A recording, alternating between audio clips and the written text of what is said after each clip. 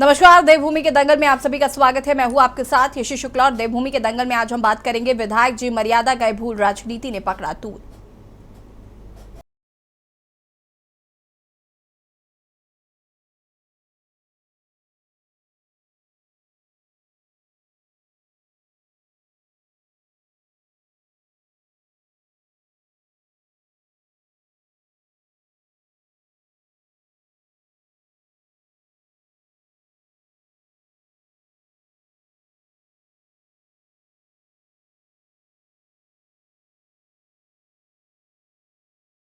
मंत्री और विधायकों की दबंगई थम नहीं रही है। पहले कैबिनेट मंत्री प्रेमचंद अग्रवाल की ओर से अपनी ही विधानसभा में युवक की पिटाई का मामला सामने आया और अब ऐसी ही दबंगई कांग्रेस के द्वारहाट से विधायक मदन बिष्ट की सामने आई। दरअसल कांग्रेस विधायक मदन बिष्ट का एक वीडियो खूब वायरल हो रहा है। इसमें वो इंजीनियरिंग कॉलेज के निदेशक डॉक्टर के मेयर को धमकाते हुए अभद्र भाषा का प्रयोग करते हुए नजर आ रहे हैं। निदेशक की पत्नी के वीडियो बनाने पर नाराजगी जताते हुए सत्ताधारी पार्टी और सीएम के खिलाफ भी अभद्र भाषा का इस्तेमाल करते हुए वायरल वीडियो में नजर आए। वहीं डॉक्टर के मेयर की तहरीर पर पुलिस ने विधायक के खिलाफ केस दर्ज कर लिया है। वहीं विधायक मदन बिष्ट ने भी प्रोटोकॉल के उल्लंघन का आरोप लगाते हुए निदेशक के खिलाफ तहरीर दी है। हालांकि विधायक की तहरीर पर केस दर्ज नहीं हुआ। वहीं इस मामले के सामने आने के बाद बीजेपी कांग्रेस आमने सामने है। भाजपा जहां कांग्रेस विधायक के खिलाफ कार्रवाई की मांग कर रही है तो कांग्रेस बीजेपी को प्रेमचंद अग्रवाल, गणेश जोशी जैसे तमाम नेताओं की दबंगई याद दिला रहे। वही विधायक मदन बिष्ट का आरोप है कि उन्होंने 6 बार डॉक्टर के मेयर को फोन किया लेकिन उन्होंने कोई रिस्पॉन्स नहीं किया। वहीं पूर्व मुख्यमंत्री हरीश रावत ने भी विधायक मदन बिष्ट के बहाने प्रदेश की नौकरशाही पर हमला किया है। उन्होंने अधिकारियों पर सीधे तौर पर विपक्षी नेताओं के फोन नहीं उठाने और उन्हें सम्मान नहीं देने का आरोप लगाया है। उन्होंने कहा है कि मलाईदार और महत्वपूर्ण पदों पर बैठे अधिकारी सोच के साथ विपक्षी नेताओं के फोन नहीं उठाते हैं कि कहीं अब सरकार में बैठे हुए लोग उनसे नाराज न हो जाएं। सवाल यह है कि आखिर कब उत्तराखंड में जनप्रतिनिधियों की दबंगई बंद होगी और क्या फोन न उठाने पर ऐसे ही अधिकारियों के घर जाकर उन्हें धमकाया जाएगा। आज इसी मुद्दे पर चर्चा करेंगे। इससे पहले रिपोर्ट। उत्तराखंड में मंत्रियों और विधायकों की दबंगई थम नहीं रही है। पहले कैबिनेट मंत्री प्रेमचंद अग्रवाल की ओर से अपनी ही विधानसभा में युवक की पिटाई का मामला सामने आया और अब ऐसी ही दबंगई कांग्रेस के द्वाराहाट से विधायक मदन बिष्ट के सामने आई है। दरअसल कांग्रेस विधायक मदन बिष्ट का एक वीडियो खूब वायरल हो रहा है। इसमें वह इंजीनियरिंग कॉलेज के निदेशक डॉक्टर के मेयर को धमकाते और अभद्र भाषा का प्रयोग करते हुए नजर आ रहे हैं। निदेशक की पत्नी के वीडियो बनाने पर नाराजगी जताते हुए सत्ताधारी पार्टी और सीएम के खिलाफ भी अभद्र भाषा का इस्तेमाल करते हुए वायरल वीडियो में नजर आए। यही गांव में नारायण सिंह रावत रहते हैं।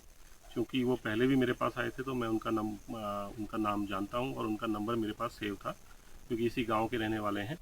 तो वो आए थे, उनके नंबर से मेरे पास एक कॉल आया। उसमें उन्होंने कहा कि माननीय विधायक आपसे बात करना चाहा। ठीक है, बात करवाइए। तो उसके बाद विधायक जी का कॉल आया। उन्होंने बहुत ही अभद्र भाषा का प्रयोग किया उसमें, उस ऑडियो क्लिप में बहुत ही ज़्यादा अभद्र भाषा का। शायद एक माननीय व्यक्ति से शायद उस भाषा का की एक्सपेक्टेशन नहीं होती है। उस अभद्र भाषा का उन्होंने प्रयोग किया। मेरी बेटी भी पास में बैठी हुई पढ़ रही थी और चूँकि मैं उसमें कुछ बोला भी नहीं, मैंने केवल सुनते रहा। उसके बाद मैंने फ़ोन को रख दिया, काट दिया। उसके पश्चात थोड़ी देर के बाद विधायक जी अपने कुछ साथियों को लेकर के मेरे आवास में आ गए और बाहर से ही उन्होंने गालियां देना शुरू कर दिया गेट के बाहर से। और उसके बाद अंदर आए, अंदर आकर के जिसमें नारायण रावत थे, एक और कोई दीपक कोई थे और ये 3-4 लोग यहाँ पर आए। इन्होंने यहाँ पर बहुत बुरी बुरी गालियाँ, शायद मैंने अपने जीवन में इतनी गालियाँ कभी न तो सुनी थी न कभी सुनी भी नहीं थी। मतलब इस तरीके की जो अभद्र भाषा का उन्होंने प्रयोग किया। देखिए, मैंने पहले भी जब एक विषय ऋषिकेश में घटित हुआ था, मैंने तब भी कहा था जनप्रतिनिधियों को अपनी एक मर्यादाएं होती है और ख़ास तौर पर कल की जो घटना है, यह घटना बेशर्मी की हद को पार करती है। आखिर कानून है, हर व्यक्ति को अपनी बात को रखने का अधिकार है, लेकिन जिस प्रकार से सरकारी कर्मचारी घर पर जाकर तोड़फोड़ की जाती है, परिवार के बच्चों को डराया धमकाया जाता है, आज उस इंजीनियरिंग कॉलेज के अंदर जिस प्रकार का भयका वातावरण बना हुआ है, उसके लिए तो क्षमा याचना भी कम है। लेकिन मुझे दुख इस बात का है कि कांग्रेस के किसी नेता ने अभी तक अपने उस विधायक के खिलाफ किसी प्रकार की कोई टिप्पणी नहीं की और ये इस बात को प्रमाणित करता है कि कांग्रेस के जो कृत्य हैं, जो बौखलाहट है, वो अब ज़मीन पर दिखाई दे रही है और हमने आज हमारे विधायकों के प्रतिनिधिमंडल महामहिम राज्यपाल से मिलेगा। हमने समय मांगा है, जैसे हमको समय प्राप्त होता है वैधानिक कार्रवाई के लिए हम निश्चित रूप से महामहिम राज्यपाल से मिलने वाले हैं। वहीं डॉक्टर के.के.एस. मेर की तहरीर पर पुलिस ने विधायक के खिलाफ केस दर्ज कर लिया है। वहीं विधायक मदन बिष्ट का आरोप है उन्होंने 6 बार डॉक्टर के.के.एस. मेर को फोन किया, लेकिन उन्होंने कोई रिस्पांस नहीं दिया। वहीं कांग्रेस विधायक की दबंगई सामने आने के बाद भाजपा और कांग्रेस आमने सामने है। भाजपा जहां कांग्रेस विधायक के खिलाफ कार्रवाई की मांग कर रही है, तो वहीं कांग्रेस बीजेपी को प्रेमचंद अग्रवाल, गणेश जोशी जैसे तमाम नेताओं की दबंगई याद दिला रही है। वहीं बीजेपी प्रदेश अध्यक्ष महेंद्र भट्ट ने कांग्रेस विधायक के हंगामा और गाली गलौज को दुर्भाग्यपूर्ण बताया है। उन्होंने कहा कि एक तरफ सदन में विधायक विशेषाधिकार हनन पर चिंता जताते हैं और दूसरी तरफ खुलेआम असंसदीय आचरण कर रहे हैं। प्रदेश अध्यक्ष जी को मेरी विनम्र सलाह है कि आज तो वो चिंता व्यक्त कर रहे हैं द्वाराहाट के विधायक जी के कृत्य पर। अगर माननीय प्रेमचंद अग्रवाल जी और माननीय गणेश जोशी जी के कृत्य पर भी अगर वो ध्यान दे देते, उनकी बड़ी मेहरबानी होती। उनके पुराने विधायक राजकुमार ठकुराल, उनके पुराने विधायक कुंवर चैंपियन, कई नाम हैं जिन्होंने भाजपा को बहुत अच्छी तरह सुशोभित किया है, बहुत अच्छी भाषाओं का इस्तेमाल किया है, फाइटर की भूमिका में भी दिखाई दिए। तो माननीय अध्यक्ष जी से मेरा निवेदन है कम से कम इनकी तरफ भी ध्यान दें तो अच्छा रहेगा। प्रदेश जरा आतंक मुक्त तो होगा। रास्ते में मुझे कुछ कर्मचारी लोग मिले, उन्होंने मेस के बारे में, आउटसोर्सिंग के बारे में मुझसे पूछा कि डायरेक्टर साहब इसमें क्या करते हैं, आप जरा बात करो। तो मेरे पास डायरेक्टर का नंबर भी नहीं था। मेरे साथ मेरे जिला का अध्यक्ष नारायण रावत भी मेरे साथ थे। उन्होंने डायरेक्टर का नंबर अपने ही फोन से मिलाया। अपने फोन से मिलाने के बावजूद उन्होंने कहा लो विधायक जी आपसे बात करना चाह रहे हैं। तो उन्होंने उसके बाद में इनका फोन, मैंने ये भी कहा और भी रिश्तेदार क्या हाल है तुम्हारे, ठीक हो? तो इतनी देर में फोन कट गया। फोन कटा तो फिर मेरी एक आदत है कि मैं किसी भी अफसर को मिलाता हूं या किसी दूसरे को मिलाता हूं तो मैं अपने फोन से फोन मिलाता हूं, किसी का दूसरे का फोन यूज नहीं करता। तो उस फोन को मैंने किया तो मैंने कम से कम 6 या 7 कॉल करी होंगी मुझे याद है, लेकिन डायरेक्टर साहब ने जो है वो अपना फोन उठाया नहीं। कुल मिलाकर चुनावी साल में विधायक मदन बिष्ट की दबंगई ने अपनी और अपनी पार्टी की मुश्किलें बढ़ा दी हैं। सवाल यह है कि आखिर कब जनप्रतिनिधियों की दबंगई खत्म होगी? आखिर क्यों ऐसे जनप्रतिनिधियों पर कार्रवाई नहीं की जाती? आखिर क्यों दिन प्रतिदिन राज्य के जनप्रतिनिधि अपनी मर्यादाओं को भूल रहे हैं? Uttarakhand desk report.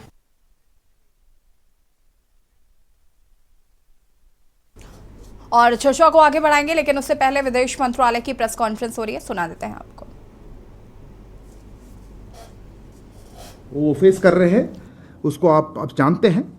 इससे उनका जो सामान्य कामकाज होता है उसमें बाधा पड़ी है, उससे डिसरप्शन आई है। इसीलिए हमारी हाई कमीशन और कॉन्सुलेट्स अब टेम्पररीली वीज़ा एप्लीकेशंस नहीं प्रोवाइड कर पा रही हैं। हम इस सिचुएशन को रेगुलर बेसिस पे रिव्यू करते रहेंगे, इसकी समीक्षा होती रहेगी। पर अभी के लिए ये सिक्योरिटी सिचुएशन जो कनाडा में और कैनेडियन गवर्नमेंट की इनएक्शन से रहा है, उसके लिए हम इसको अस्थायी रूप में हम इसको वीज़ा आवेदन का जो प्रोसेस है उसमें बाधा पड़ रही है और इसीलिए हमने उसको अभी उसको स्टॉप कर रखा है। I know there'll be questions on this in English, so let me say that in English. You are aware of the security threats being faced by our High Commission and consulates in Canada. This has disrupted their normal functioning. Accordingly, our High Commission and consulates are temporarily unable to process visa applications. We will be reviewing the situation on a regular basis. That's what I wanted to respond to it on Pranay's question on visas. Megha, I think you asked on Pakistan comments. I don't even know how to quite respond to that. Pakistan, if there is the last country, I think talking about credibility, and I don't think anybody really takes their comments seriously at all. I think that covers it. Sahil, I had talked about security. Rajesh, yeah, look, if there is any country, if you're talking about reputational issues and reputational damage, if there's any country that needs to look at this. I think it is Canada and its growing reputation as a place, as a safe haven for terrorists, for extremists, and for organized crime. And I think that's a country that needs to worry about its international reputation. I think that covers it. Can I take the next rounds of it? I saw your hand a long time. Yes, I'll come to you. Yeah, please. We're staying on Canada, right? Yeah, go ahead. Let's hear. Yeah? This is Karishma Okay. Mehrotra from the Washington Post. Okay. I wanted you to clarify the comment where you said that there should be parity in strength between the different diplomatic missions.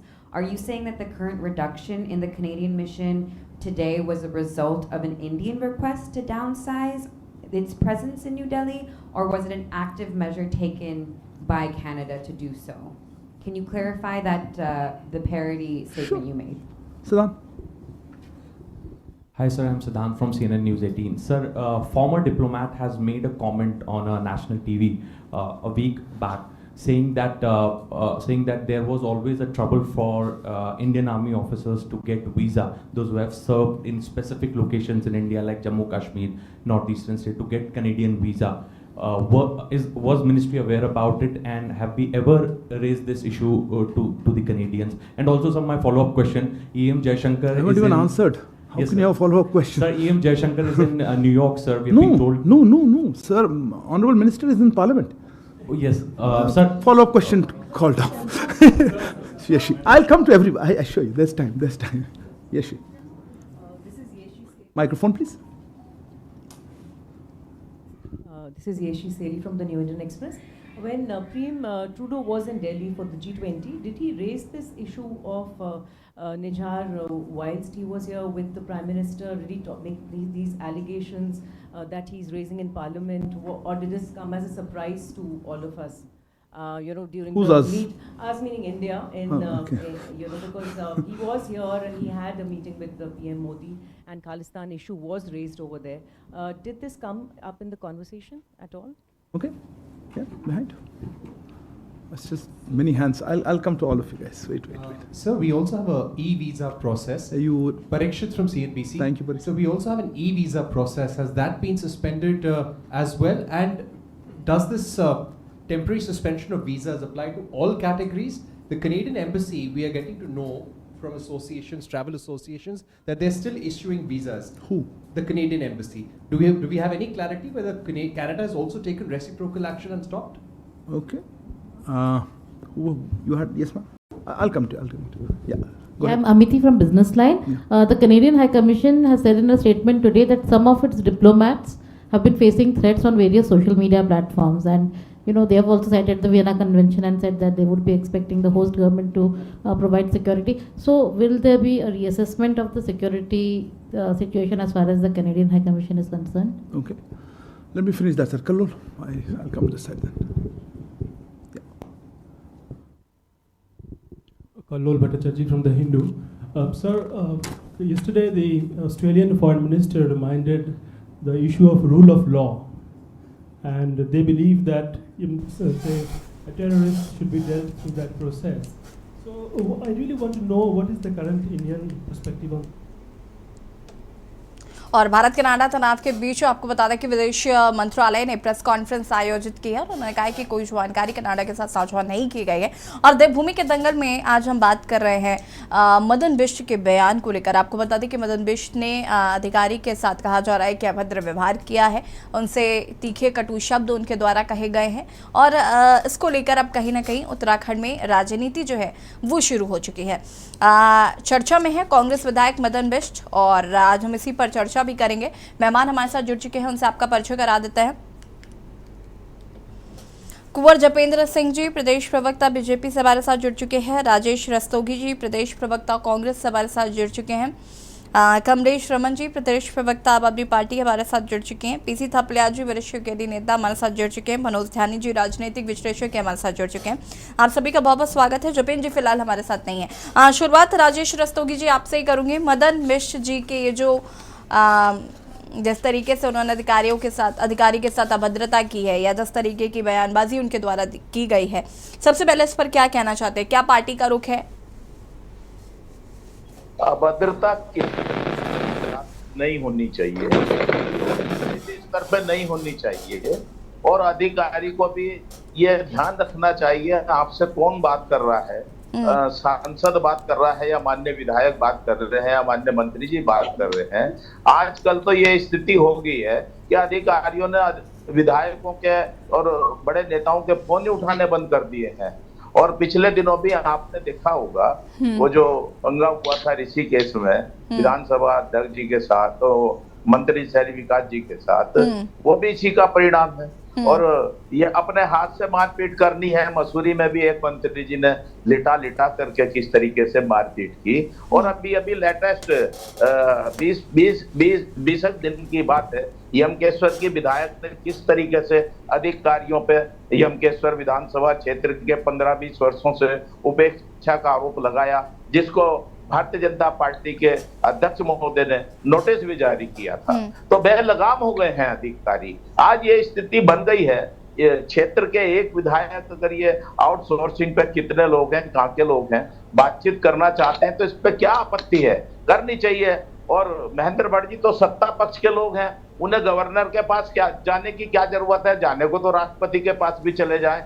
अगर आपकी कोई सुनवाई नहीं हो रही तो 156(3) में आओ, कोर्ट में मुकदमा लिखवा दो। वैसे भी एक तरफा कार्रवाई हुई है, मदन मिश्र जी की FIR नहीं लिखी गई है और निदेशक की FIR लिखी गई है। तो ये भारतीय जनता पार्टी खुद ही एक टकराव का वादा माहौल अधिकारियों के साथ प्रदेश में बनाना चाहती है। अरे आपको बात करनी चाहिए, वहां के थाना अध्यक्ष जो भी हो, सुप्रिंटेंडेंट ऑफ पुलिस थाना अध्यक्ष हो, क्या माननीय विधायक जी की भी FIR दर्ज हो, ये तो बाद की जांच का विषय है। और वैसे भी भारतीय जनता पार्टी के बड़े मजबूत बहुत बड़ी बड़ी मुच्छे हैं, उन्होंने बता ही दिया था उत्तराखंड की औकात और हिंदुस्तान की जब तुलना करी तो उन्होंने किस तरीके से आपत्तिजनक शब्द बोले। तब शायद ये कई शराब के नशे में भारतीय जनता पार्टी वाले बैठे होंगे, उनकी आवाज सुनाई नहीं दी होंगी। अब मदन मिश्र जी का नाम आया है तो सब ऐसा वातावरण बना रहे हैं जैसे मदन मिश्र बहुत बड़े माफिया हैं। ये भारतीय जनता पार्टी की सरकार में जो बैठे हुए अधिकारी हैं बेलगाम हो गए हैं। इनको उसमें सरकार को निर्देश देना चाहिए। अभी पिछले ही सदन में माननीय अध्यक्ष जो विधानसभा की हैं, उन्होंने खुद आदेश जारी करने पड़े अधिकारियों को कि फोन उठाएं और बात सुने। तो उसके बाद ये घटना हो रही है। और चलिए मैं वापस आऊंगी आपके पास राजेश जी। जपेंद्र जी, सवाल मेरा आपसे है कि अगर प्रेमचंद्र अग्रवाल जी किसी से अभद्रता करें तो वो अभद्रता नहीं है, वो अपने उनके साथ बदतमीजी हुई थी और वो उसका जवाब दे रहे थे। तो फिर मदन बिष्ट जी जो कह रहे हैं कि उनका फ़ोन नहीं उठा रहे थे अधिकारी या जो भी उनका प्रॉब्लम था, और उसके बाद आप लोग इसको लेकर राजनीति कर रहे हैं।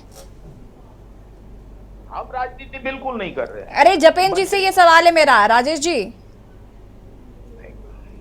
ठीक है राजेश जी, माना आप कांग्रेस प्रवक्ता की हैसियत से बैठे हैं, यहाँ सवाल ये है और मुद्दा ये है कि क्या जनप्रतिनिधियों को इस तरह का व्यवहार शोभा देता है? बिल्कुल नहीं देता। भारतीय जनता पार्टी की नजर से और नजरिए से तो बिल्कुल भी नहीं देता। यहाँ क्या हुआ है कि एक अधिकारी, एक सेकेंड मुझे ये बताइए, प्रेमचंद्र अग्रवाल जी जनप्रतिनिधि नहीं है क्या जपेंद्र जी? जी ने मदिरा पान करने के बाद माँ बहन की गंदी गंदी गालियां, अच्छा, यानी कि दारू पीने के बाद जब आप गंदी गालियां बकते हैं तो ही आपके आचरण खराब है, वरना आप ऐसे अभद्र व्यवहार करते हैं तो ठीक है, ऐसा कैसी? जपेंद्र जी देखिए, बहुत लॉजिकल बातें करिए तो मुझे समझ में भी आए कि ये लॉजिक है। देखिए, अगर आप किसी पर उंगली उठाएंगे तो 3 उंगलियां आपकी तरफ भी हैं, और आपके पास तो अच्छा खासा एक लिस्ट है जिन्होंने अभद्रता की हुई है चल रही है। तो क्या आपको नहीं लगता कि जिस तरह की अभद्र भाषा और जिस तरह के शब्दों का इस्तेमाल कांग्रेस के विधायक कर रहे हैं, क्या ऐसा आज तक उत्तराखंड में हुआ है? जपेंद्र जी देखिए, ये नहीं करना चाहिए। मैं कह रही हूँ अभद्रता किसी के साथ भी नहीं करनी चाहिए, चाहे वो मदन बिष्ट जी हों और चाहे वो प्रेमचंद्र अग्रवाल जी हों। बदतमीजी करता है और जिस तरह की भाषा और जिस तरह के शब्दों का इस्तेमाल किया गया है, तो क्या ये उत्तराखंड के अंदर स्वीकार्य है? हो सकता है ये कांग्रेस को स्वीकार्य हो, लेकिन ना तो ये उत्तराखंड की जनता को स्वीकार्य है, ना उत्तराखंड के अधिकारियों को स्वीकार्य है, ना उत्तराखंड की राजनीति में ये स्वीकार्य है। सवाल भारतीय जनता पार्टी का नहीं है। भारतीय जनता पार्टी चुप हो जाती है, चलिए हम नहीं बोलते, तो क्या इस कर्तव्य को आप सही मान लेंगे?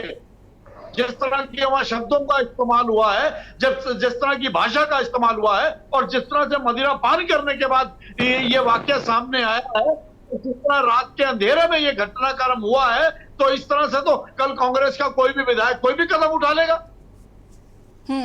चले ठीक है, इस पर आगे विस्तार से चर्चा करेंगे। आप सभी हमारे साथ बने रहिए, चर्चा को आगे बढ़ाएंगे। और देवभूमि के दंगल में आज हम बात कर रहे हैं विधायक के तीखे बोल, जिस पर राजनीति जो है वो तेजी से हो रही है। चर्चा हम इसी पर करेंगे, रुकेंगे एक छोटे से ब्रेक के लिए, जल्द हाजिर होते हैं।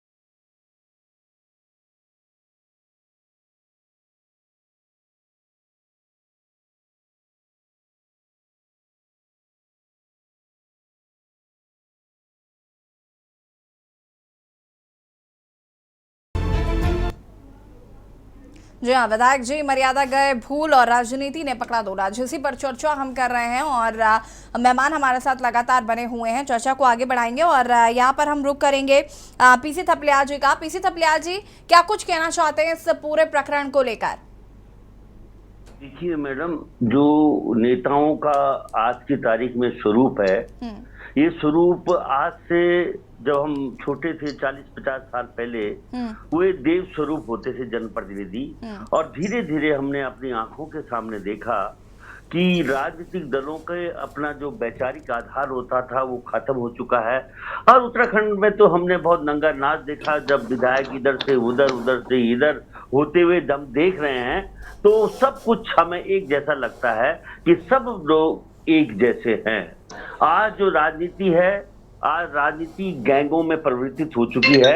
और जो हमारे जनप्रतिनिधि हैं, वो भी, उनका भी स्वरूप जो है वो गैंगों का स्वरूप हो चुका है, गैंग लीडर की तरह। और यही कारण है कि आज जो घटना द्वाराहाट में हुई बहुत दुखद घटना है, क्योंकि किसी भी व्यक्ति को जो सीनियर पद पे आसीन है, उसको तुम फोन के माध्यम से अपराधी नहीं घोषित कर सकते कि उसने फोन नहीं उठाया तो साहब उसने अपराध कर दिया। इसी तरह का रवैया हमने विधानसभा अध्यक्ष का देखा था कि पुल टूट रहा है, अपने आप दिल्ली में बैठी रहती है और वहां सचिव को हड़का रही है वहां से पुल के पास से चश्मे सिर में लगाकर।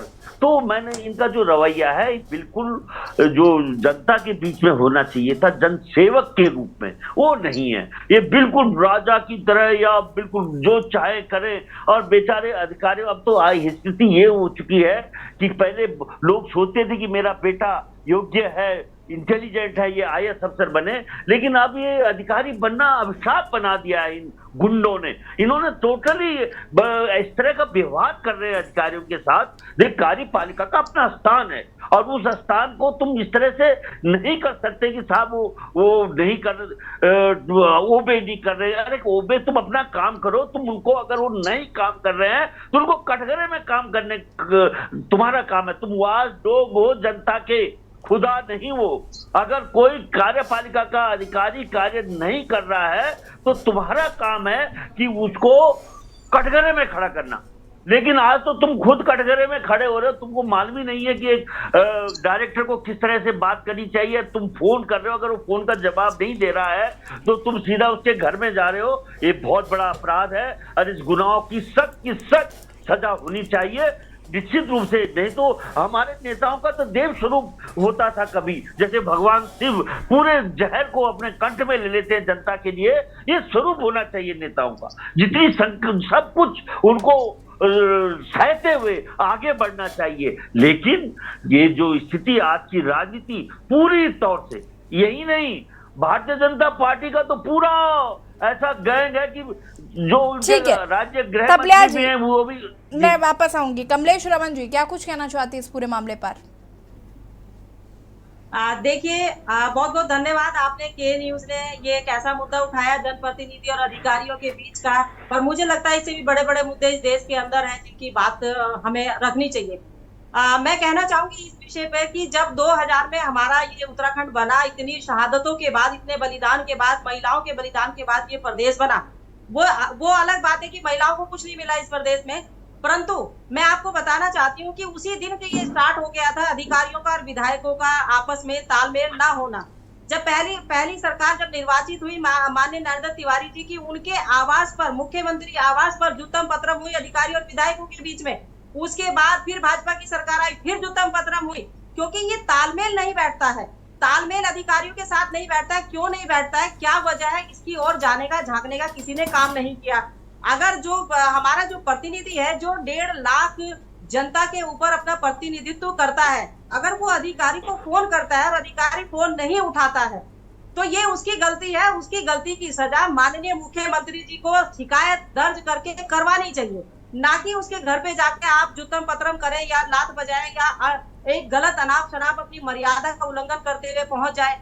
दूसरी बात, अधिकारी हमारे इस प्रदेश के इतने निठल्ले हो चुके हैं, क्योंकि देखिए उनकी गलती नहीं है, क्योंकि जब हम किसी से गलत काम करवाने की कोशिश करेंगे तो अधिकारी, जाहिर सी बात है, कहीं ना कहीं जब आप यार दोस्त उनको बनाएंगे, उनकी एक मर्यादा है अधिकारियों की। हमारी सरकार की रीढ़ की हड्डी होते हैं, वो सरकार चलाने में वो भूमिका निभाते हैं अपनी, लेकिन हम क्या करते हैं, गलत कामों में उनको लेकर के आ जाते हैं, गलत काम करवाने की उनसे कोशिश करते हैं। ये सरकार के वो नुमाइंदे करते हैं जो जनप्रतिनिधि बन के आते हैं। अधिकारी जब सारे काम करता है तो ठीक, जब एक काम नहीं करता है तो वहां इस तरह की स्थिति उत्पन्न हो जाती है। आपको मैं बताऊं, 2012 में जब कांग्रेस की सरकार आई तो यमुना कॉलोनी के अंदर हरक सिंह जी के घर पर जो है गोलियां चल जाती है चैंपियन जी के थ्रू। विधानसभा 2016 में जब हमारी जो सरकार गिराई जा रही थी, जिस वक्त चलती हुई सरकार को गिराया, उस समय विधानसभा के अंदर क्या हाल था, पीसी सब्याल जी बता देंगे, जपेंद्र सिंह जी भी बता देंगे कि कितनी मर्यादाएं इन विधायकों ने तोड़ी, कितनी आपके अधिकारियों ने तोड़ी।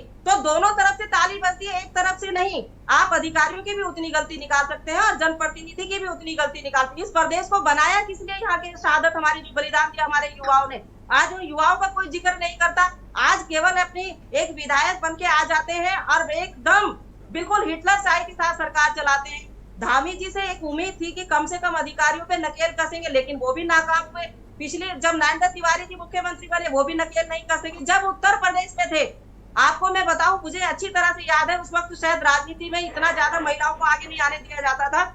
जब नरेंद्र तिवारी जी उस वक्त मुख्यमंत्री बने और उत्तर प्रदेश में हम थे 98, 97, उससे पहले की भी बात, अधिकारी सबकी बात सुनते थे, क्योंकि वो जानते थे कि आप उनकी परिक्रमा अपने घर पे कराएंगे, अपने पर्सनल कामों के लिए कराएंगे तो अधिकारी आपकी बात नहीं सुनेगा। जब आप उनसे सही काम करवाएंगे तो अधिकारी बिल्कुल नतमस्तक होकर आपकी बात को सुनेगा। चलिए, ठीक है कमलेश रमन जी, मैं वापस आऊंगी। राजनीतिक विशेषज्ञ जी का रुख कर लेते हैं जरा। मनोज जी, देखिए अफसरशाही जो है वो उत्तराखंड में ज्यादातर हावी रहती है और ये समय समय पर निकलकर सामने आया है। सत्ता पक्ष के ही कई कैबिनेट मंत्री हैं जो आरोप लगा चुके हैं कि अफसरशाही हावी है। मैं मदन बिष्ट जी के फेवर में तो नहीं हूं, क्योंकि अभद्रता, अभद्र व्यवहार, शराब पीकर जाना और ऊटपटांग बातें करना, देखिए ये जायज नहीं ठहराया जा सकता। लेकिन अफसरशाही जिस तरीके से हावी हो रही है इन विधायकों पर, फोन ना उठाना या उनके काम नहीं करना या सुनना नहीं, ये सम्मान जो है, जो बना रहना चाहिए, ये सम्मान आखिर क्यों नहीं उत्तराखंड में देखने को मिल रहा है? क्योंकि ये आज का तो ये एक मैटर हो गया कि अभद्र भाषा हो गई और हम आज इस पर बातचीत कर रहे हैं। प्रेमचंद अग्रवाल जी के साथ भी यही हुआ, लेकिन ये समय समय पर हम देखते आए हैं कि ये चीज अक्सर उत्तराखंड में देखने को मिलती है। तो ये आपसी सामंजस्य, तालमेल क्यों नहीं बन पा रहा है? तंत्र में दो चीजें बहुत इम्पोर्टेंट हैं। एक तरफ विधायक का, सांसद जो जनप्रतिनिधि हैं, जो जनता द्वारा चुनकर भेजे गए हैं, उनका रोल आता है, और एक तरफ पूरी व्यवस्था है। जो कानून बनाने वाला व्यक्ति है, अगर वो सड़कों पे मारपीट करता है, किसी अधिकारी के साथ बदतमीजी करता है, ऐसी घटनाएं बहुत पहले हुई, आप याद करें कि हरक सिंह रावत जी और प्रीतम सिंह जी ने सचिवालय में एक अधिकारी के साथ बुरा बदतमीजी का प्रकरण हुआ था। प्रेमनगर देहरादून में उस समय के सहसपुर विधायक जो राजकुमार जी थे, पुलिस वाले के साथ बहुत सारी बदतमीजी, और उसके बाद पूरा भारतीय जनता पार्टी का अमला उनके समर्थन में खड़ा हो गया था वहाँ पर, और बाद में उसे डिस्ट्रिक्ट जज को उनके संरक्षण में, पुलिस वालों के संरक्षण में आना पड़ा था। तो इस तरीके की घटनाएं होती रही हैं। कुंवर प्रणब चैंपियन गोली चलाते हैं एक पार्टी में और घायल हो जाता है एक व्यक्ति और अस्पताल में कई दिन तक रहता है, लेकिन उस पर कार्रवाई नहीं होती। बाद में भी उत्तराखंड को रिवॉल्वर लहरा कर गालियां देता रहता है, कार्रवाई नहीं होती। तो कुल मिला के कहने का मतलब ये है कि चरित्र जो जनप्रतिनिधियों का होना चाहिए, इनके लिए पब्लिक को एड्रेस करने के लिए या पब्लिक कंडक्ट जो इनका व्यवहार होना चाहिए, वो क्या इनके लिए कोई कोड ऑफ कंडक्ट बनना है या बनना चाहिए। लोकाचार बहुत महत्वपूर्ण विषय है, और जो विधि कानून बनाने वाले हैं कानून को तोड़ने वाले नहीं हो सकते, उनको कानून का रक्षक होना चाहिए। तो अगर मदन बिष्ट जी या जितने भी हमारे जनप्रतिनिधि हैं, उनका काम है कानून का रक्षण करना। श्रीमद् भागवत गीता का एक मैं बहुत जगह उसको बात कहता हूँ कि यत् यत् आचरति श्रेष्ठः तत् तत् एव इतरा जना सा यत् प्रमाणम कुरुते लोकः तत् अन्वर्तते। जो शीर्ष गण है, श्रेष्ठ जन है, वो जो प्रमाण के साथ जो स्थापित करते हैं, लोग वैसा ही आचरण करने लग जाते हैं। तो जो विधि बनाने वाले लोग हैं, उनका विधिक बनाने का कार्य है, उनका एक लोकाचार दर्शन होना चाहिए जो समाज में नजर आना चाहिए, जिसको लोग उसका अनुसरण करें। लेकिन अगर वो गाली गलौज अभद्रता कर रहे हैं, वो एक ऐसा विषय है जिसपे अंकुश लगना चाहिए। अब रही बात जो नौकरशाही की, जो कार्यपालिका की है, ये एक चरित्र बनता जा रहा है। वो विधायक की नहीं सुन रहे, अगर जनता की नहीं सुन रहे, क्योंकि मैं बहुत जगह देखता हूँ कि आप विधानसभा सचिवालय देखें तो आम आदमी के लिए एक तरीके से दरवाजे बंद हैं, वो जा ही नहीं सकते, जाएंगे भी तो काम कैसे होगा वो नहीं जानते। पूरा एक सिस्टम ऐसा बन चुका है कि अधिकारी एक अपने मंत्री या कुछ अपने जो उसके जो डायरेक्शन देने वाले लोग हैं, उनके अलावा वो किसी की सुनना नहीं चाहता। जो उसकी लोकतांत्रिक जिम्मेदारी है उसका निर्वहन नहीं करना चाहता। किसी विधायक का आवेश में आ जाना, अभद्रता करना, इसको जस्टिफाई नहीं किया जा सकता किसी चीज से। लेकिन ये जो लोकतंत्र में जो जिम्मेदारी है, जो नौकरशाही की जिम्मेदारी है कि वो जाकर एड्रेस करे इश्यूज को, उनकी जिम्मेदारी है कि वो सिर्फ विधायक इसीलिए तो है नहीं कि विधानसभा में प्रश्न पूछेगा और वहां प्रश्न का उत्तर दिया जाएगा और विधानसभा के या संसद के भीतर हंगामा खड़ा होगा। उसे जनता के बीच में जाना है, वो कई लाख लोगों का प्रतिनिधित्व करता है, उसके पास बहुत जिम्मेदारियां होती होंगी, ये मेरा मानना है। लेकिन प्रेशर में उसे नहीं आना चाहिए, आवेश में उसे नहीं आना चाहिए, क्रोध में उसे नहीं आना चाहिए। लेकिन जो अधिकारियों को है उनको इस बात का जरूर अंदेशा होना चाहिए और सरकार द्वारा निर्देशित होना चाहिए कि अगर कोई विधिक कानून बनाने वाला जनप्रतिनिधि व्यक्ति अगर ये बात पूछ रहा है या आम जनता पूछ रही है तो उसे एड्रेस किया जाना चाहिए। मैं मुख्यमंत्री पोर्टल की बात करना चाहूँगा जो आजकल बहुत उत्तराखंड में प्रचलन में है, और मैं देख रहा हूँ वहाँ से अगर वहाँ कोई कंप्लेंट जाती है तो वो वहाँ से बाकायदा जनता के बीच में फोन करके कि शिकायतों का निराकरण हुआ नहीं हुआ, ये सब किया जा रहा है। तो ये एक शैली होनी चाहिए। मैं वापस आऊंगी मनोज ध्याने जी, जपेंद्र जी से मैं इसका जवाब लेना चाहूंगी। जपेंद्र जी देखिए, मदन बिष्ट जी की रिपोर्ट ना लिखना और अधिकारी की रिपोर्ट लिखना, ये किस तरीके की न्याय संगत परिभाषा हुई? देखिए, न्याय संगत परिभाषा तो इसे ऐसे मान सकते हैं आप कि जब भारतीय जनता पार्टी के एक विधायक ने अपशब्दों का प्रयोग करा और उसमें मदिरा का गिलास हाथ में लेके प्रदर्शन करा, तो भारतीय जनता पार्टी ने अपने विधायक को 6 साल के लिए पार्टी से निलंबित कर दिया। अब अधिकारी ने एक सभ्य भाषा का इस्तेमाल करा, ऐसे प्रमाण अभी तक नहीं मिले हैं कि भाई अधिकारी ने कोई आगे अपशब्दों का इस्तेमाल करा। और दूसरा, माननीय विधायक जी नशे में चूर होकर अपने साथियों के साथ अधिकारी के घर गए। घटना स्थल बना अधिकारी का घर, जहां पे अधिकारी की बेटी थी, अधिकारी की पत्नी थी और साथ ही गर्ल्स हॉस्टल है, गर्ल्स हॉस्टल की बच्चियां थी। तो अब आप ये बताएं कि जब विवेचना होती है घटना स्थल और प्रमाण, फैक्ट, एविडेंस और प्रूफ जिसकी तरफ जाएंगे, जिसकी तरफ इशारा करेंगे, तो एक्यूज्ड तो वही बनाया जाएगा ना। अब न्याय की कोई नई परिभाषा तो इसलिए नहीं गढ़ी जा सकती ना कि विधायक जी विधायक हैं और वो शराब पीकर उन्हें गालियां देने का अधिकार शायद उनकी कांग्रेस पार्टी के संविधान ने दिया हो, तो लेकिन ये न्याय संगत नहीं है ना। आईपीसी में इसे न्याय संगत नहीं कह सकते ना। तो जो प्रमाण है, प्रमाण और सत्यता को प्रमाण क्या, तो जो प्रमाण कह रहे हैं, जो एविडेंस, फैक्ट और प्रूफ कह रहे हैं, उसके अनुसार निश्चित तौर पर कार्रवाई हो रही है। और ये निंदनीय घटना है, उत्तराखंड में पहली बार ऐसा हुआ है जो नहीं होना चाहिए। राजेश जी जवाब दीजिए, अनम्यूट कीजिएगा। बहुत खूबसूरती से बात रखी है कुंवर साहब ने, और जिस तरीके से घुमाया है बात को, एक विधायक, निर्वाचित विधायक, दूसरी बार का विधायक मौके पे गया क्यों? क्या ऐसी परिस्थितियां हुई? कोई महानिदेशक के साथ उनका बिजनेस तो है नहीं। राजेश जी, राजेश जी एक सेकंड, राजेश जी, जमीन जी एक सेकंड रुकिएगा। राजेश जी, आप इस बात को डिफाइन भी कैसे कर सकते हैं?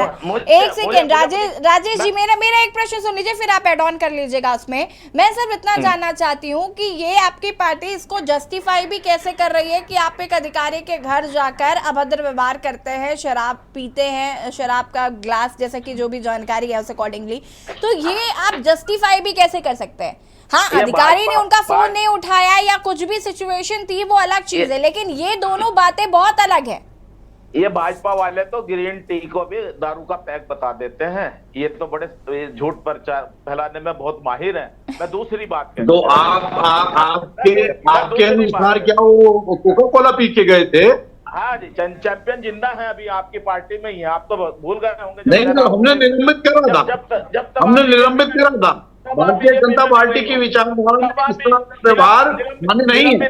निलंबित भी नहीं करा, आज भी बीजेपी में। आप झूठ बोल रहे हैं, आपको पता ही नहीं है, तो ऐसी बातें नहीं है। लेकिन मैं ये बात कह रहा था, एक माननीय विधायक अधिकारी के यहाँ गए हैं, अचानक गए हैं, कोई अपना काम तो था नहीं। विवेचना का विषय ये है, क्या किस काम से गए थे? अपने लिए गए थे या जनता के लिए गए थे? किस काम से गए थे? बदतमीजी किसी के साथ नहीं होनी चाहिए। लेकिन अगर ये अधिकारी किसी विधायक को, विधायक की बात छोड़िए, किसी साधारण आदमी की सुनाई नहीं करेंगे तो क्या होगा? ये सरकार को भी पता है, जनता को भी पता है, कोई सुनवाई नहीं है। ये तो सदन में विधानसभा अध्यक्ष ने खुद निर्देश दिए, अधिकारियों को बात सुननी चाहिए। और मेरे संज्ञान में तो 1 दर्जन भाजपा के विधायक ऐसे हैं जो शिकायत कर चुके हैं कि उनकी बात अधिकारी नहीं सुनते हैं, चाहे वो भ्रष्टाचार के मामले की शिकायत हो, चाहे वो पुलिस के मामले की शिकायत। 1 दर्जन से ज्यादा ऐसे एमएलए हैं। और ये लेटेस्ट अभी जो यमकेश्वर की विधायक में सतपाल महाराज जी बहुत बार कह चुके हैं। ठीक है, मैं आऊंगी। देखिए बहुत सारे ये समय समय पर निकल कर आता रहा है। राजेश जी एक सेकेंड रुकिएगा। जपेन जी रुकिए। जपेन जी, यहाँ मुद्दा ये है हाँ, इसके बाद आऊंगी मैं कमलेश जी। के बाद अधिकारी के घर पे गंदी गंदी गालियां और जिस तरह के शब्दों का वायरल हुआ है वीडियो, क्या कांग्रेस को वो स्वीकार है? और अगर वो कांग्रेस की संस्कृति है और कांग्रेस का संविधान अपने जनप्रतिनिधियों को इसकी इजाजत देता है, तो हम लोग उसकी आलोचना करने वाले कोई नहीं होते। कांग्रेस को ऐसी परंपरा मुबारक। और अगर कांग्रेस के बाकी लोग भी इस तरह का व्यवहार करना चाहें अधिकारियों और जनता से, तो ये कांग्रेस का अंदरूनी मामला है। पहले देश ने इतने सालों तक कांग्रेस को भुगता और अब इस तरह के व्यवहार को भी भुगत लेगी। लेकिन सवाल फिर वहीं का वहीं है क्या मदिरा पान करके गाली गलौज करना, गर्ल्स हॉस्टल के पास जाकर, अधिकारी के घर में जाकर, जहां अधिकारी का परिवार है वहां घर में महिलाएं हैं, क्या कांग्रेस का संविधान इजाजत देता है और कांग्रेस इसकी आलोचना को गलत मानती है? तो कांग्रेस बता दे। हमारी पार्टी का संविधान नहीं देता है ना इसकी आलोचना भी करती है, और ऐसी कार्रवाई भी होनी चाहिए। लेकिन कांग्रेस ऐसी नहीं है। अंकिता भंडारी में जिस तरीके से वीआईपी का नाम आया, आप सब लोगों ने बचा लिया, पर्याप्त सबूत है। आप सीबीआई जांच नहीं करा पाए, अरे इसकी भी जांच करा लो, आप कराओ तो आप जपेन जी फटाफट जवाब दीजिएगा, उसके बाद कमलेश रमन जी आपके पास आती हूँ मैं। जपेन जी, अंकिता भंडारी के हत्यारे जेल में हैं, उनके लिए सभी रास्ते बंद हो गए हैं। उनकी जितनी निंदा आलोचना की जाए उतनी कम है, और भारतीय जनता पार्टी की सरकार किसी भी अपराधी और अपराधी प्रवृत्ति के व्यक्ति का साथ नहीं देती है। ये आप सब लोग समझ लें, जो अपराध करेगा वो सलाखों पे ठीक है, रुकेगा। बताऊंगा मैडम जी, एक मिनट राजेश जी, एक सेकंड राजेश जी, शायद और लोग भी बैठे हैं यहाँ। अंकिता, एक मिनट मैडम जी, कमलेश जी, अंकिता भंडारी मामले में वादी का नार्को टेस्ट होना था, जिला जज की कोर्ट ने नार्को टेस्ट एप्लीकेशन खारिज कर दी, क्योंकि मुलजिम ने कहा कि मैं नार्को टेस्ट के लिए तैयार नहीं हूं, तो उसकी अपील नहीं की उत्तराखंड सरकार ने, केवल एक भारतीय जनता पार्टी के वीआईपी को बचाने। अरे हम तो अपराधी को अपराधी मानने हुए हैं ना। कमलेश जी, जब आप कमलेश जी अपनी बात पूरा करिएगा, ठीक है। राजेश जी देखिए, अंकिता भंडारी हत्याकांड फिलहाल आज हमारा मुद्दा नहीं है, रुकिएगा। कमलेश रमन जी, ये बचाते हैं अपराधी को, मैं तो कह रहा हूँ। देखिए दोनों ही यहाँ ऐसी पार्टी बैठी है जिन्होंने इस प्रदेश पर राज किया है, और दोनों ही पार्टियों की सरकार में इस तरह की अभद्रता होती है, चाहे कर्मचारी करे और चाहे विधायक करे, कोई भी करे, ये हमेशा होता है, कभी भी नहीं रोक पाते। कुंवर प्रणब चैंपियन जी जब कांग्रेस में थे तब भी उन्होंने गोली चलाई, तब भी उन्होंने अभद्रता करी, तब उनपे कोई कार्रवाई नहीं हुई। वो बीजेपी में चले गए, बीजेपी के साथ बैठे, तब भी वो गोलियां चलाते हैं, शराब का गिलास सर के ऊपर लेकर के डांस करते हैं, तब भी कोई कार्रवाई नहीं हुई। उसके बाद प्रेमचंद अग्रवाल जी सड़क के ऊपर एक व्यक्ति को पीट देते हैं, उस पर तब कोई कार्रवाई नहीं। यहाँ रायपुर के अंदर एक उद्घाटन में धन सिंह रावत और उमेश शर्मा जी का जबरदस्त कार्यकर्ताओं के बीच में और अधिकारियों के बीच में झगड़ा हुआ, धक्का मुक्की हुई, कोई कार्रवाई नहीं हुई।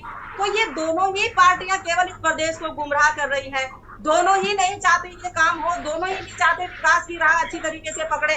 आज मदन बिष्ट जी का जो ये प्रकरण हुआ है, कोई पहला प्रकरण तो नहीं है। जब 2016 में सरकार गिराई विधानसभा, यहाँ माननीय हरीश रावत जी उस समय जब मुख्यमंत्री थे, उस वक्त मदन बिष्ट जी का उस समय भी ऑडियो चला, इतना जबरदस्त ऑडियो चला जिसमें उन्होंने हरीश रावत के लिए नहीं बल्कि तमाम और लोगों के लिए भी अभद्र भाषा का इस्तेमाल किया। तो कार्रवाई कब करेंगी पार्टियां? देखिए, ये जो हमारा एक जो यहाँ प्रावधान है उत्तराखंड का, इसको महिलाओं ने बनाया है, महिलाओं ने सींचा है इस प्रदेश को। आज महिलाओं को कुछ देने की बात करूं तो कोई दोनों पार्टी बात नहीं करती। आज आरक्षण में भी कोई जो है हम लोगों को 9 साल के लिए 6 साल के लिए आगे डाल दिया। खैर 20 भैया हमारा आज का मुद्दा नहीं है। आज हमारे जनप्रतिनिधि और अधिकारियों के बीच में क्या तालमेल होना चाहिए, इसके लिए मैं कहना चाहूंगी कि जो वर्तमान सरकार है, पिछली सरकार, पूर्ववर्ती सरकार और वर्तमान सरकार जिम्मेदार है। अगर ठीक है कमलेश जी, देखिए इस पर हम इस बात को समझ रहे हैं कि देखिए अफसरशाही कहीं ना कहीं हावी तो हो ही रही है, और सरकार को इस ओर ध्यान देने की जरूरत है, कहीं ना कहीं कार्रवाई जो है वो करने की जरूरत है, और इस ओर ध्यान देने की जरूरत है कि आखिर अफसरशाही जो है वो क्यों इस तरीके से हावी हो रही है। पीसी सप्लियाल जी अपनी बात को फटाफट पूरा करेंगे, इसके बाद अंतिम प्रतिक्रिया मैं आपकी लूंगी। मनोज जी, जब उनको नियंत्रण करने वाली विधायिका कमजोर पड़ेंगे तो नेता बेलगाम होंगे ही होंगे। दूसरी चीज आपने देखा होगा कि जो कोई भी, जैसे अभी बिष्ट जी हैं, तो बिष्ट जी भी दिल्ली छात्र संघ में नेता थे, और वो हिसाब किताब से इनका जो भी हिसाब किताब मैं देखता आ रहा हूँ वो बहुत अच्छा नहीं है। डायरेक्टर बहुत अच्छे व्यक्ति थे, उनका जगह में मेयर डायरेक्टर होता तो मैं तो सर फोड़ देता। निश्चित रूप से किसी के घर में जाना अपराध है मैडम, अगर गोली से भी मार दे। हम आंदोलनकारी धसमड़ा के घर में गए थे, धसमड़ा जी ने गोली चलाई, मर गया एक हमारा साथी। कानून आम जनमानस के लिए कानून बराबर अपराधी है। बिष्ट को नहीं जाना चाहिए था निदेशक के घर में, घर में ऑफिस में जाता शिकायत करता, पुलिस में शिकायत करता। लेकिन आजकल नेता की जो कार्यकर्ताओं की डकैती फौज है, ये डकैती 70 के 70 विधायकों की कार्यकर्ताओं की डकैती फौज है। इनको देख के डर लगता है मैडम, इनके खिलाफ कोई नहीं बोल पाता, इसलिए ये इतने सर चढ़ गए हैं कि अधिकारी को कुछ नहीं समझ रहे। ये हमारे पहाड़ के नेता नहीं है, ये दिल्ली से आ रखे हैं। चाहे वो खंडूरी की बेटी हो, वो भी दिल्ली से आई है, चाहे बिष्ट हो, ये भी दिल्ली से आया है। पहाड़ के कंदराओं से आज नेता नहीं पैदा हो रहे हैं, यही पहाड़ का दुखद होने का हाल है मैडम।